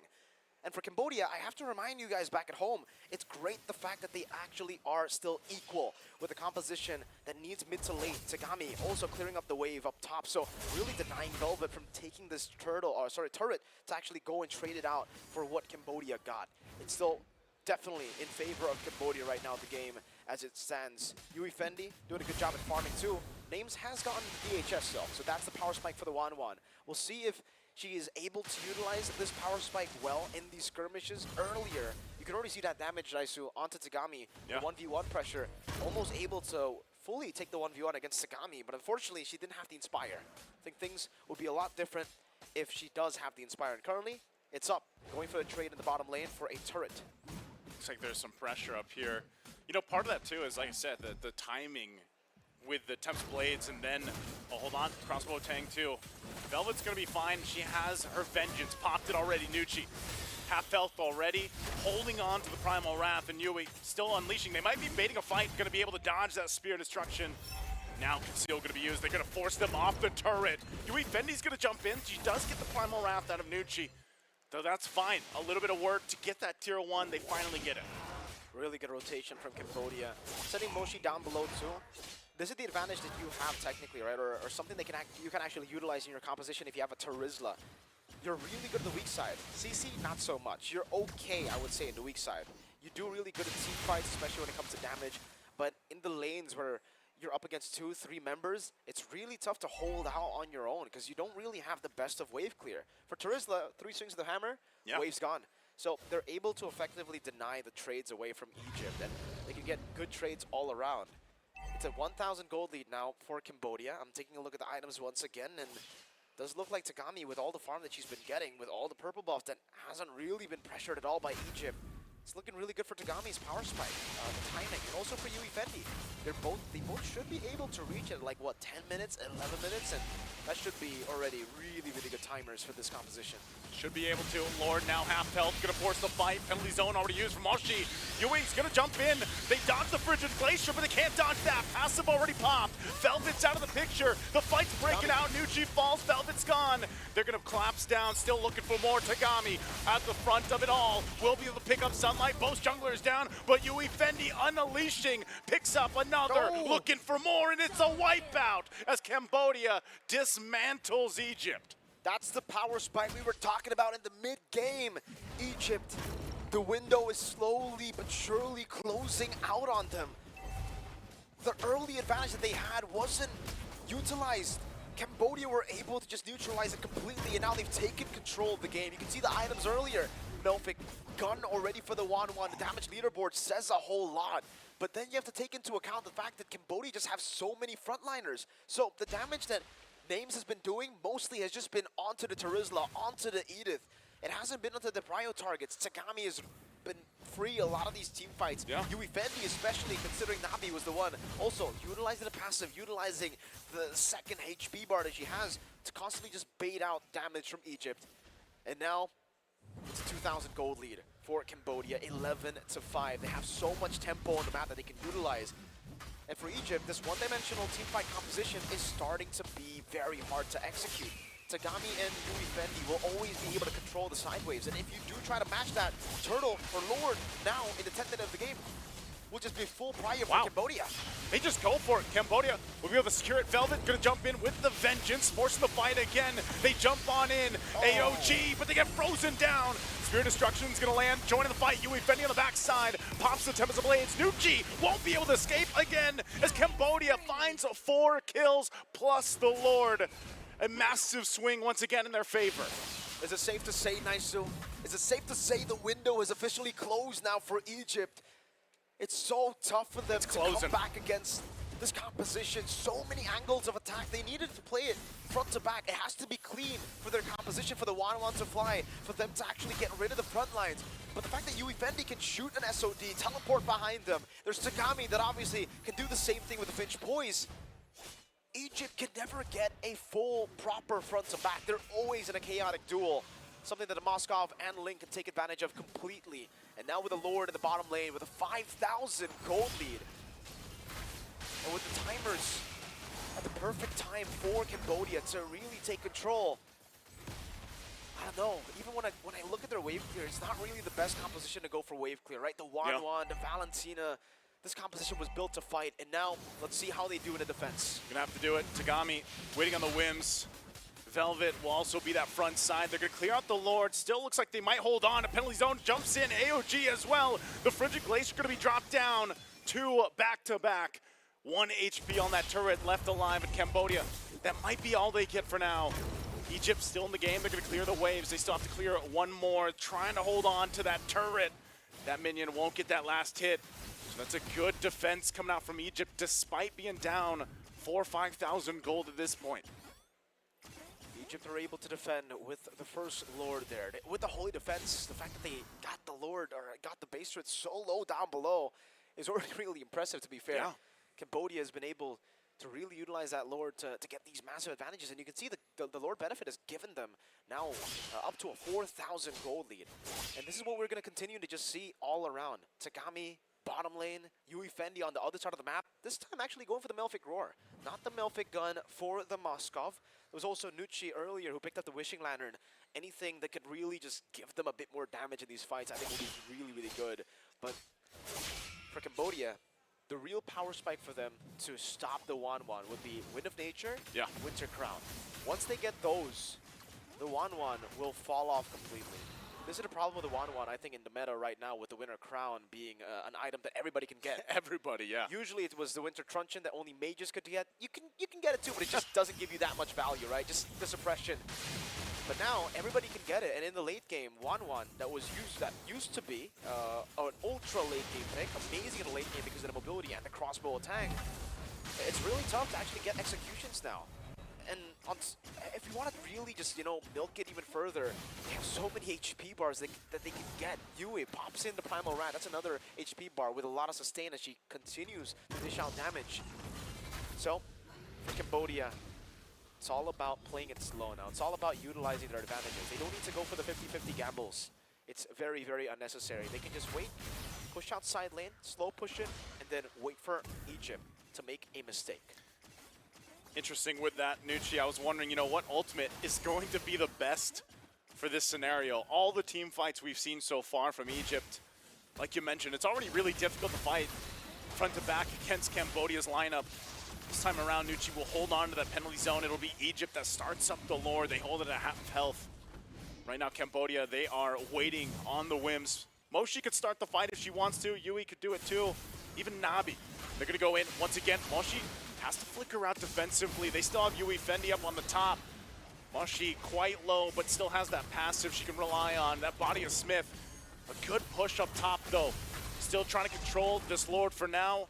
They send Nucci to clear out the wave so that push can't happen.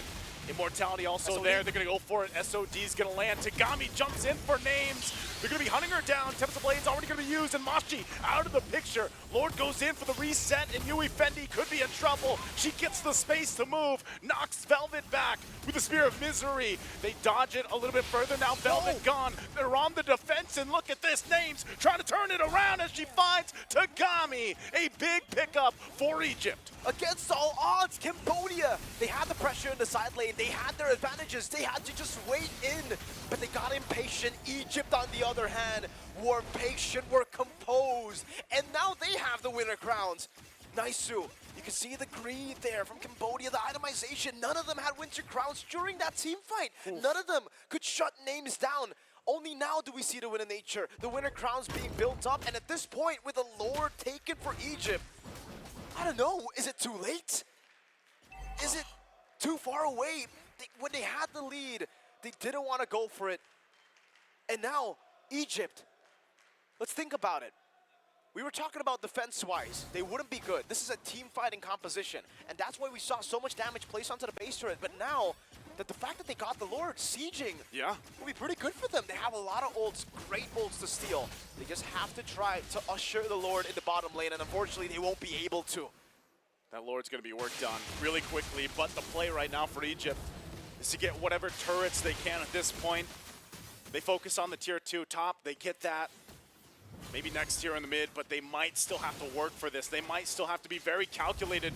Tagami taking quite a bit of damage, just trying to maintain this turret mid lane. They don't want to lose too much space. They know that they made a mistake in the last team fight. They went for the right targets, but they just couldn't capitalize on the kills. And so with that, Egypt, looks like that might be all they get. Still trying to focus here if they can actually catch someone out from Cambodia, but right now, still playing into the fact that, you know, this was the first time where I feel like Egypt had some breathing room to make a move on the map. And now it's just a slow game again, waiting for the neutral objectives. 80 seconds for the Evolved Lord to spawn in the game. 17 minutes and 30 seconds. They'll try to siege down this mid lane with Sunlight and Names. The minions have been cleared out, and Velvet is starting to deal a whole lot of damage. Good peel from Fevin. Fevin jumps in, using that AOG. It should be a backup. Again, you're still a minute away from this Lord, so mainly it's Egypt kind of playing around the fact that, you know, if they can get a tier 2 turret, that's great. They already got the top one and bottom. This is where we start to see it. A little more range. You know, this item right here might be good enough for UE24 in the next team fight. They're going to force it already. Vengeance going to be popped. Looking for it. Spirit Destruction going to land. Frigid Glacier right on the mark. Finds a couple of targets. Tempest of Blades to follow on through. Another body might be dropping here. Names joins the fight. She's still got the immortality. Looking for the airtime. Pops the Wind of Nature and the crossbow of Tang. But it's not enough. As Moshi finally goes down and UE24 just unleashing. They get a wipeout. It's a triple for UE24 and Cambodia. With a decisive team fight, they took it all, and now they march down the mid lane. The timers are too long for Egypt, and Cambodia will rally together and walk into the base, clear out the minions, dropping everything down, and despite the obstacles they face, they'll head on to the grand finals to face Indonesia. Leave it to Cambodia to be one game down, to come back again against all odds. You can see the celebration on stage with the ladies here. Cambodia, what a phenomenal performance. An amazing performance from them to execute a game plan like that on the Ling, on the Moskov, against a composition that should have won the early game, against a composition that should have gotten the advantages. It was all on Cambodia to out-execute Egypt, and that they did. GG's well played to Egypt, though. The improvement that we've seen from this region, from Egypt, has been phenomenal too. They've improved so much in such a short period of time. And honestly, for us, I think we could say definitely we're looking forward to the future of Egypt. 100%, man. You know, we've seen so many games from these ladies from Egypt and just how much they've improved just in a short span of time even. I mean, we just watched them earlier this year, and now they come here, they compete, and they got so close, really rallied behind each other as a team, as a squad, and it's great to see. So hats off to